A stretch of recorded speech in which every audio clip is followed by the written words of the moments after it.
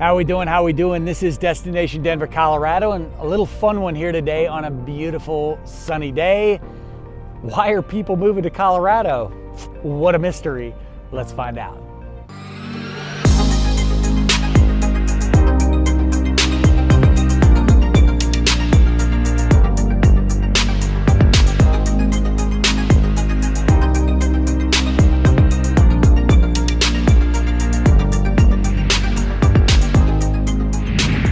This is Destination Denver, Colorado. I am your host, Jimmy Everts, and listen, if you're interested in learning all the pros and cons, ins and outs to moving to or around Denver, Colorado, then this is the channel for you. So that subscribe button and notification icon popping up, make sure you click on that as I'm dropping new videos for you each and every week.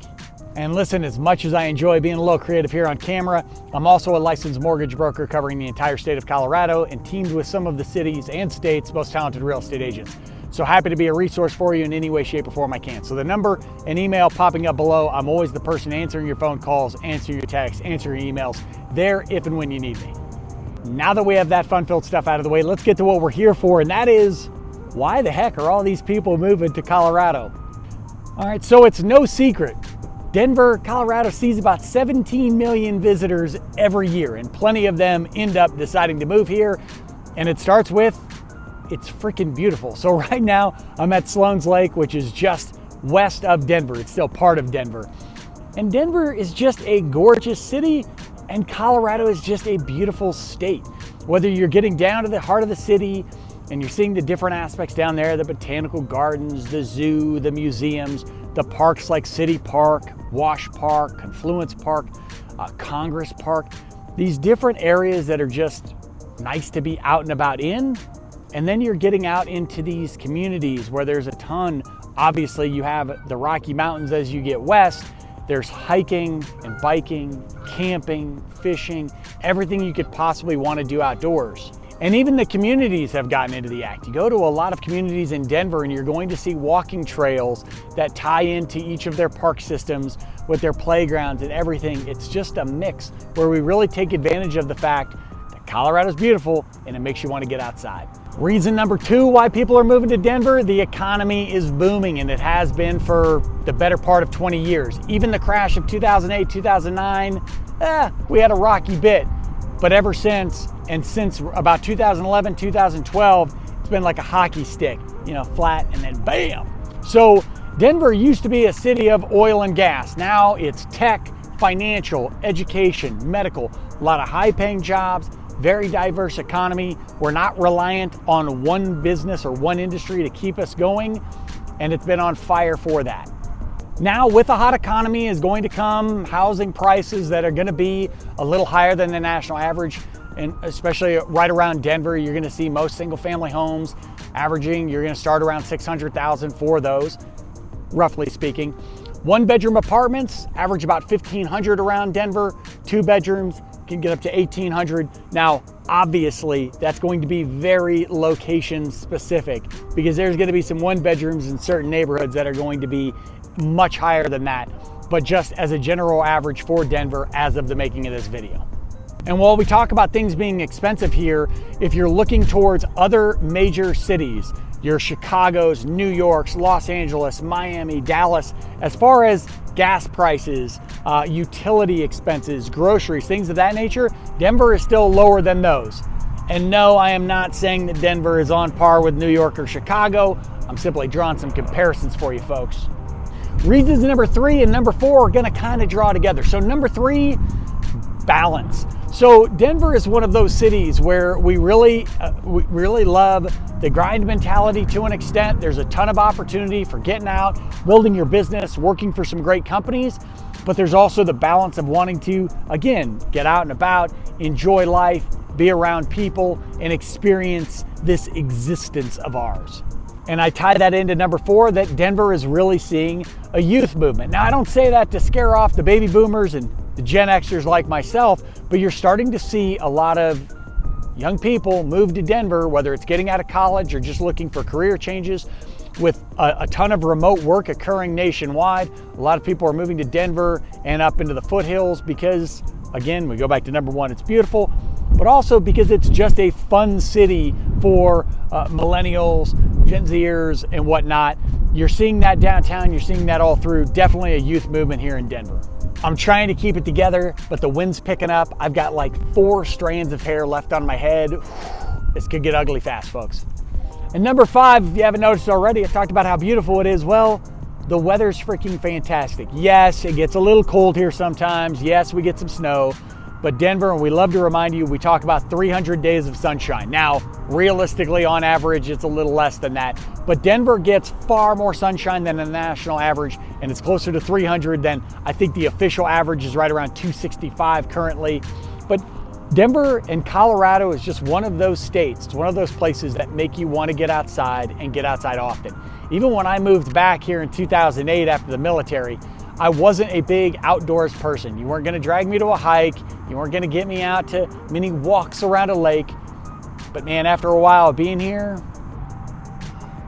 so tying into the weather and the sunshine, number 6, year-round activity. So even when it starts to get cold out here, you're gonna head up to the slopes. A lot of people are gonna get up to the mountains. You've got some of the most amazing ski resorts and towns anywhere in the world. Aspen, Breckenridge, Vail, and many more. Beaver Creek, Crested Butte becoming extremely popular for people.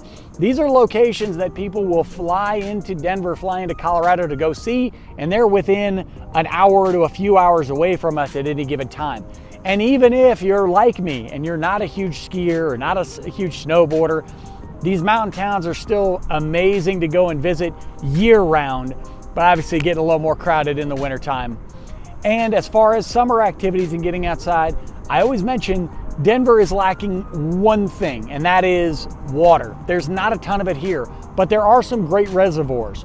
Chatfield, Cherry Creek, Aurora Reservoir, all great places, whether you're bringing your boats out, paddle boards. If you're talking Aurora Reservoir, they don't allow motors, so you got your paddle boarding.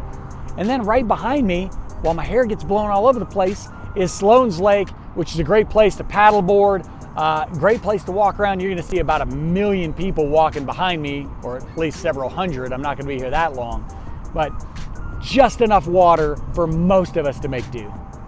Number 7, and I have to say this has really improved in my lifetime, and certainly in the last handful of years, is the music scene here in Denver. Now, we have to start with, obviously, you have Red Rocks Amphitheater, which is located about 20 to 25 minutes outside of Denver. So not very far at all, and a place that if you haven't seen a concert in Red Rocks, you haven't lived yet. And if you're living in Colorado, well, you have to live, so you have to go to Red Rocks.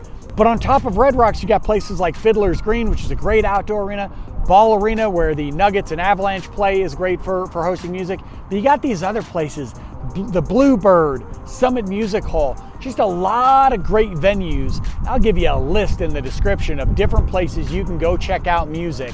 Larimer Lounge is one I have to mention, because every now and again, Larimer Lounge, they have concerts all the time, but you'll see bands that are pretty freaking popular bands, and you get to see them in just this small little room. It's very intimate, great for music. Denver's hot for that. I think as the wind picks up, my ability to use words starts to decrease, so if some of this doesn't make sense, I blame the northern wind. Or maybe I'll blame number 8, the breweries and marijuana. And no, so far today I haven't used either of those, but they're obviously very popular. So Colorado is, last I checked, number 1 in the nation for number of breweries. Now, of course, that's statewide, but if you're around Denver and going around, there are breweries everywhere, and they all have something special to offer. It's just a great vibe here, and because there are so many breweries, you also have competition, right? These breweries have to step their game up, so they all have something to offer. One of my favorite things about Colorado. And obviously, with marijuana being legal in Colorado, one of the very first states to legalize marijuana, Denver has often been called the Amsterdam of the West. I don't know why I keep, as I go to say Amsterdam, I keep stumbling on the word, but the Amsterdam of the West. Now, there are obviously pros and cons to marijuana being legal, but overall, it is one of the more popular reasons for people to move here. And if you go to a local dispensary and you go chat with a bud tender, it's a marijuana bartender, and they explain all of the things that they can do to service you. Even for someone like myself who isn't much of a marijuana user, it's impressive and something that people tend to enjoy. Number 9, professional sports, and Denver is filled with it. So I'm going to save the best for last on this. At least suddenly it's the best again. But we have Major League Baseball team, Colorado Rockies. Some of you might refer to it as a minor league team, and that's okay. I'm not going to talk too much smack about that. You have the Denver Nuggets in professional basketball, Colorado Avalanche in hockey, the Colorado Rapids in soccer, and they've got a great field to check out. The Colorado Mammoth for lacrosse, if you're into that sport, and the Denver Broncos, after being trash for several years. And this wind is going to pick up because it just feels the energy of me getting ready to talk about the Denver Broncos. But we just traded for Russell Wilson, and the Broncos are going to be back this year. The stadium is a walking distance, about a mile from where I am now. I hope you can hear me. I hope this wind isn't just completely blowing me out. But when it comes to professional sports, Denver has got it going on. Number 10, so many different places to live and so many different vibes. So what I've always loved about Denver is that you have a lot of options as far as how you want to live. You can live closer to the city and have all the amenities of that, the zoos and the botanical gardens and the downtown vibe, or you can get out into the suburbs. It doesn't take very long, 10 minutes outside of Denver and you're in an entire new vibe. Or you can get into these pockets of communities like the Highlands, Sloan's Lake where I am right now, Sunnyside, where you get some downtown living with a suburb-ish feel. But there are so many different places in and around Denver that give you whatever you want. Mountain, suburb, urban, downtown, Denver and Colorado gives it to you. I was gonna make number 11 the wind, but right now, my hair and I, we just hate the wind. So number 11 is dogs, dogs, and more dogs. Now, I should have put this number 1 because who doesn't put dogs number 1? Apparently I don't, but I gave it double ones as 11. So everywhere you go in Denver, dogs are allowed, just about. I mean, you can go to breweries, there's a lot of patios, there's hotels in the mountains that allow dogs. Everybody seems to have dogs. Everybody seems to be walking their dogs. There are dog parks all over the place.